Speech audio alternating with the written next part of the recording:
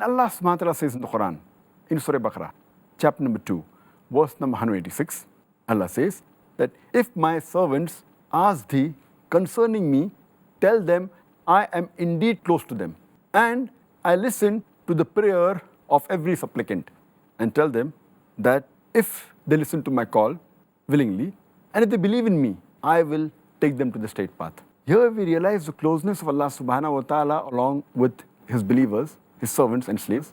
And He says, if my slaves, if my servants means the closeness that the human beings have with Allah subhanahu wa ta'ala. If they ask me concerning me, tell them I am indeed close to them.